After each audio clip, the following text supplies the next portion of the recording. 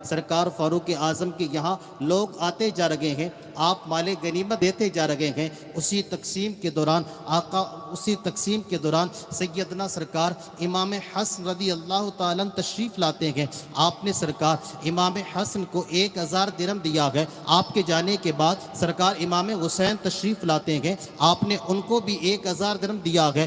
ان کے دینے کے بعد کچھ ہی دیر کے بعد جناب سرکار فاروق اعظم کے شہزادے جناب عبداللہ تشریف لاتے ہیں اور آ کر کہتے ہیں کہ سب کو تقسیم کیا جا رہا ہے تو مجھے بھی عطا کر دیا جائے۔ آپ کے شہزادے کو آپ نے 500 درہم نکال کر پیش کرتے ہیں۔ آپ کا شہزادہ کہتا ہے ابا جان، دنیا آپ کو عدالت کا بادشاہ کہتی ہے، دنیا آپ کو عدالت کا شہنشاہ کہتی ہے، آپ عدالت کے بہت ماہر ہیں، آپ کا جو ہے انصاف میں بہت نام چلا کرتا ہے، لیکن آج آپ نے اس مجمع کے اندر یہ ناانصافی کیسے کر دی ہے؟ باپ کہتا ہے بیٹا بتا ناانصافی کیسے ہوئی ہے؟ آپ کا شہزادہ کہتا ہے مجھ سے پہلے جو ہے سرکار امام حسن تشریف لائیں، آپ نے ان کو 1000 درہم دیا ہے۔ ان کے جانے کے بعد سرکار امام حسین تشریف لائے گئے، آپ نے ان کو بھی 1000 درہم دیا ہے، لیکن وہ لوگ نہ تو جنگ میں شامل تھے، نہ اس جنگ کے قریب گئے تھے۔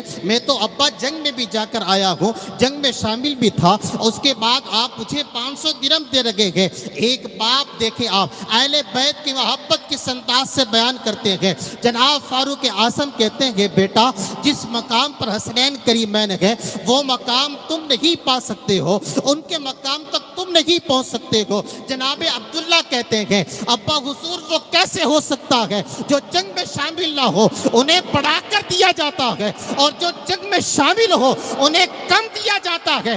پھر آپ کہتے ہیں مقام کی بات، مجھے بھی 1000 درہم چاہیے۔ جناب فاروق اعظم کہتے ہیں بیٹا تیرا مقام یہ نہیں ہے کہ تجھے 1000 درہم دیا جائے، تیرا مرتبہ یہ نہیں ہے کہ تجھے 1000 درہم دیا جائے۔ بیٹا اصرار کرتا ہے۔ جناب سرکار فاروق اعظم کہتے ہیں اگر تجھے 1000 درہم چاہیے میں دے سکتا ہوں، لیکن اس کے اندر میری کچھ شرطیں ہیں، آپ اگر ان کو پورا کرتے ہیں 1000 درہم لے کر جائیے۔ بیٹا کہتا ہے جب جنگ میں جا سکتا ہوں آپ کی شرطیں پوری کر سکتا ہوں، بتائیے وہ کیا ہے؟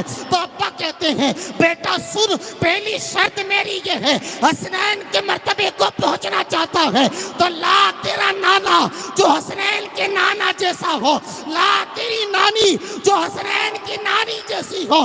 بیٹا حسنین کے مقام کو پہنچنا چاہتا ہے، لا تیری ماں سیدہ کائنات جیسی ہو، لا تیرا بابا علی مرتضیٰ جیسا ہو، اور لا تیرا ماموں جناب ابراہیم جیسے ہو۔